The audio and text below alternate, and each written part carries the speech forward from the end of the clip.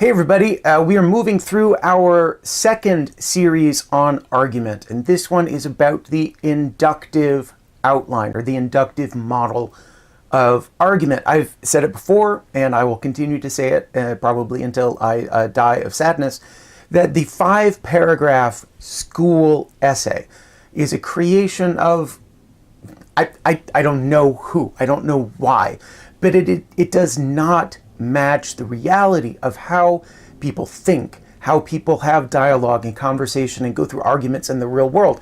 There is no single living author who writes in that form on purpose.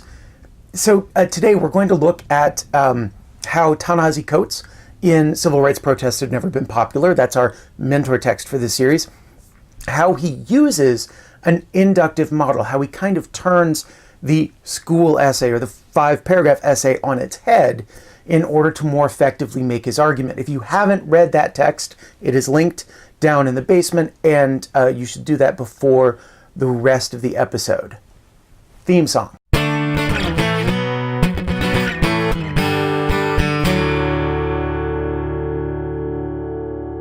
So I want to start today's episode with a quick review of logic. And I say review as if you studied logic before. I don't know if you have or not, but basically there are two kinds of logical reasoning. There's deductive reasoning, which is the Sherlock Holmes style of reasoning. You begin with a broad base of general knowledge about the way the world works, and then you apply that knowledge to a specific situation in order to draw some conclusions. That's deductive. Inductive is kind of the opposite. Some people call it a more scientific method of reasoning, but it's where you look at a series of specific instances, and based on those instances, you draw general conclusions. And it is the inductive model that we're going to be looking at today. And there's three good reasons why you should want to use the inductive model. First reason to use an inductive outline might be the simplest. You don't want to turn off your readers right away if your claim is controversial, or if you're legitimately trying to convince somebody, you don't want them to think immediately, oh no, this person opposes me, I will not listen. A second good reason to use the inductive outline is that it can bolster your credibility. It can help with an ethos appeal. If you begin by saying, you know what, there are many possible answers to the problem at hand, you make yourself seem open. And even though you've already decided what your answer is, what is your claim going to be, you make yourself seem more serious about the issue by considering a bunch of different possibilities. The third good reason to use the inductive outline is because you can give your readers some joy. If you are leading your readers to a conclusion, there's a good chance, and if you're particularly skilled at this kind of writing, there's a very good chance that your reader will figure out what your conclusion is before you actually say it. There's that little rush of endorphins when the reader realizes, I figured you out. This is a fine line to walk. I mean, nobody likes the murder mystery movie where it's obvious in the first 5 minutes who actually did it, and the next 95 minutes are just going to be a chore. So you don't want to make your conclusion too obvious too soon. But if you let your reader come to the same conclusion you do before you say what your conclusion is, that's a good thing. In a more practical sense though, how does this work? Well, you can actually kind of think of it like you're writing a middle school lab report. I don't want to make it sound simple when it really can be quite complex, but the structure is pretty much the same. The very first thing you want to do in an inductive outline is say that, you know what, there is this open question. There's this problem out there. There's this thing that needs some attention.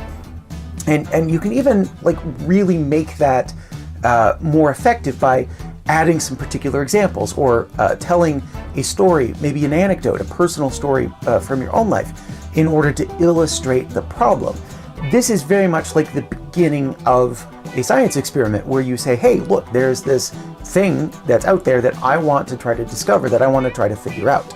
That's how you open an inductive argument. And then the next thing, of course, is the hypothesis. So when you are working on your introduction here, you want to say, not only is there this problem, but here is a possibility. And you can even include more than one hypothesis, because this isn't really a science experiment, it's not really a lab report. You can throw out a whole bunch of different possible solutions to the problem, a whole bunch of different answers to the question before you begin considering the evidence. So that's kind of what your introductory section in an inductive argument needs to be. There's a problem, there are possible answers. It's really interesting to see what Ta-Nihisi Coates does with this little introductory section, these couple of items on the outline, because he doesn't mention the larger problem of black men being more likely to be killed by police officers in different kinds of encounters than other groups. That is obviously the undercurrent of this whole conversation about Colin Kaepernick and about the protests that Colin Kaepernick is doing at the national anthem. Instead, he says Colin Kaepernick kind of is a problem, and the possible answers to that problem are from people he disagrees with. He quotes the tweet from Joe Scarborough. He quotes extensively from David Leonhardt's writing about Colin Kaepernick's protests. So he doesn't immediately jump to the larger effects of what protests are intended to do. That's, he gets there by his conclusion. Instead, he kind of says, this is a problem some people see, and here's how they've attempted to answer the question or solve that problem. So the next step in an inductive argument is to start putting out some, what I like to call consensus evidence or consensus warrants. I'll come back to warrants in a second because you may be like, warrants? But consensus evidence, things that your opponents are unlikely to disagree with you about. And Ta-Nihisi Coates does a good job of this. David Leonhardt is the person he is most explicitly disagreeing with. It's the one whose words he's responding most clearly to. So he doesn't actually say, excuse me, David Leonhardt, would you mind if I actually looked up some statistics about the civil rights movement and find out whether or not Dr. King and the March on Washington were popular? He doesn't say that. But the kinds of evidence he uses in the first half of his text suggest that he knows David Leonhardt is not going to question the results of, for example, a Gallup poll. He's not going to question the results of what actual people in the civil rights movement are saying about what happened to them.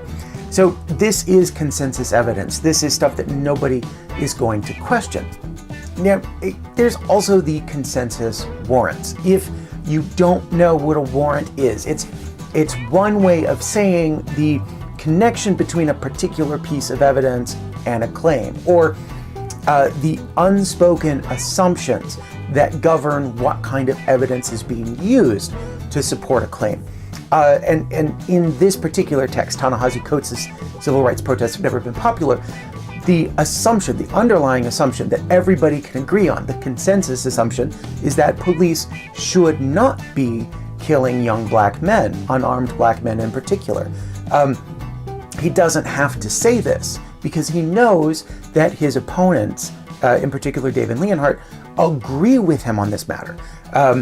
In fact, I kind of think everybody should be agreeing with Ta-Nihisi Coates in that matter. Now, Ta-Nihisi Coates doesn't say it. Should you say it? When you're writing the first half of your inductive argument, should you explicitly say what your assumptions are that you think your opponents are going to agree with you on? I will say yes, because if you are watching this video, you are probably a high school student and you are probably writing your argument for school. In that case, I think your teacher is probably going to want to see clearly your assumptions. Your teacher is going to want you to make explicit connections between your evidence and your claim. So yes, put the consensus warrant into your inductive argument. All of that, if we go back very quickly to our middle school lab report analogy, all of that is kind of like the procedures, the methods and procedures section, right? So this is the stuff we're going to test. This is where we will be getting our evidence from. But what you want to do after you've established the consensus, is hit them with the stuff that they might disagree with. This is where you start listing your results. I've examined this evidence. I've done this experiment. Here is what I saw. This is not your conclusion. Instead, this is where you start to bring in some evidence that your opponents may not have considered.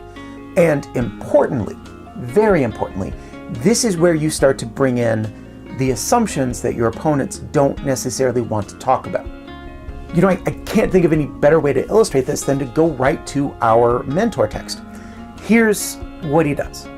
But Leonhardt's column seems less interested in offering accurate apprehension of the civil rights movement than in employing the civil rights movement as a club against radicalism in general and the Bernie Sanders wing of the left in particular. And after that, he quotes a paragraph from Leonhardt where Leonhardt kind of makes his call to action that radical protesters like Kaepernick should give it up and let moderate people take the lead. Now, the reason why Coates has to make this transition, and this is a part of Coates' essay that the first 3 episodes of the series didn't really cover. Coates has to make this transition because he needs to say, look, your facts are wrong, your conclusions are wrong, your call to action is wrong, because you are using fake news, fake statistics, fake facts to push a narrative that is also incorrect. So not only does Coates say civil rights protests were never popular, but he then goes on to contradict and present contradictory evidence to what David Leonhardt was saying.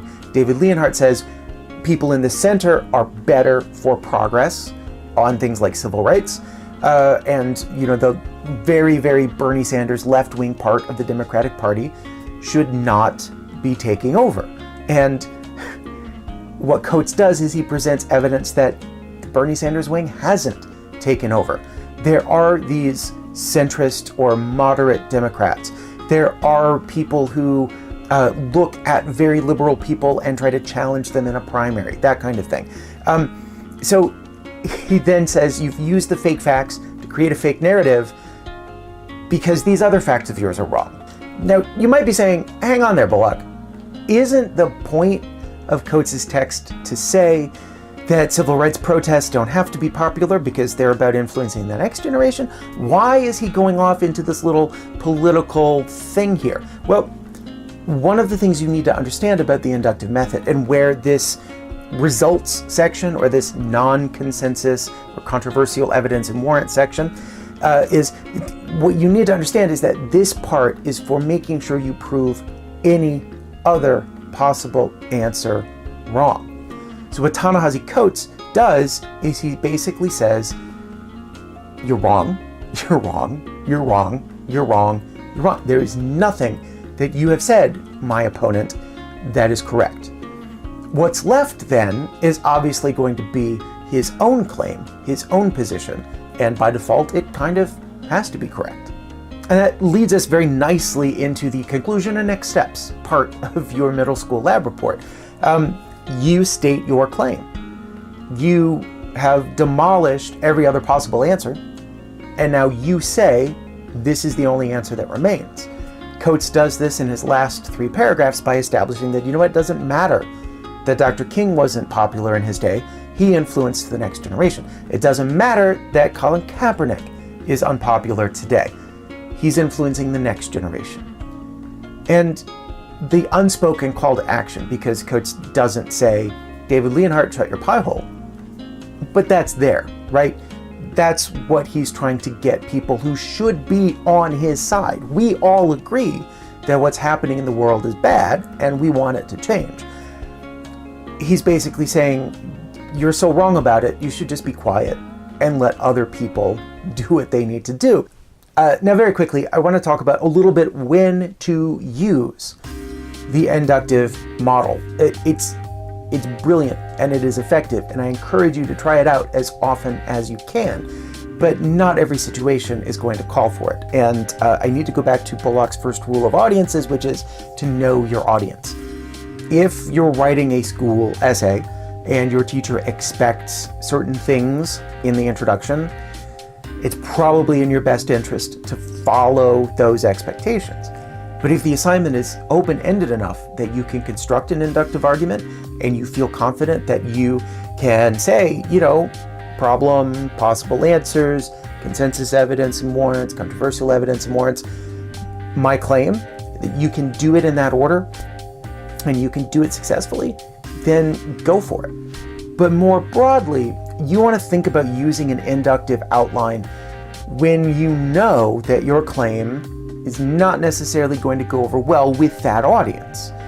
Ta-Nihisi Coates in Civil Rights Protests Have Never Been Popular, he uses an inductive model, but I don't consider that text to be like the Platonian ideal of what an inductive argument is. In fact, I think the perfect inductive argument is the speech that President Gerald Ford made. It was an address to the nation on TV. And he announced in that speech that he was going to pardon Richard Nixon for any crimes that Nixon may have committed during Watergate. Now, here's the thing. If in the first couple of sentences of Ford's speech to the nation, Ford says, I'm going to pardon Nixon, 25 million TVs turn off because people don't want to hear that. They are mad at Nixon. Nixon just had to resign because he was going to be impeached because allegedly he committed some crimes as president. So Ford doesn't want to open with that. Ford instead has to slow walk us through, Nixon, he's a good family man, he believes in the Bible, and there's this whole thing about forgiveness. He's leading us through some things we can all agree on, some things that might be controversial before he gets to his claim. It is not until the end of that speech that Ford says, I'm going to pardon Nixon. And he does it precisely because his audience is unlikely to listen to him if he starts with that claim. So I know I've said it a bunch, but a real quick review here at the end. 5 pieces to consider. An introduction where you state there's this problem. And you can even give an example to sort of demonstrate what that problem is. Then you go into, here are some possible solutions. Maybe even your possible solution is included in there. Then you go into consensus evidence and warrants. Things that we can all trust are good evidence, things that we can all believe in as assumptions. Then you build to some more controversial evidence, things that your opponents may never have considered, and sort of laying bare the claims or the assumptions underlying their claims that make them really, really wrong. And then finally, after you've established that their answers cannot be correct, that their assumptions are wrong, that their facts are wrong, then you have your claim. So your conclusion section begins with your claim and has a call to action. What should people be doing differently? This is not an easy thing to just start doing. It's not like you can flip a switch now and you can write a perfect inductive argument. But it's the kind of thing that if you practice, if you look for it in things that you read by professional writers, you can see that and you can be inspired by that. That your writing can be really powerful and really good. And whether you're just trying to impress your history teacher or whether you're trying to score a really high score on your AP English language and composition exam, you can do well by using the inductive argument. Okay? I will see you for the next one.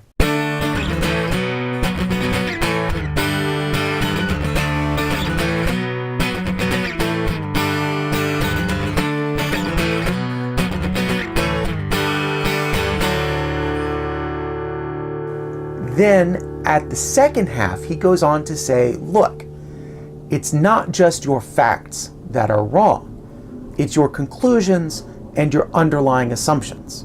There's a very loud airplane outside, so I'm going to record this part one more time.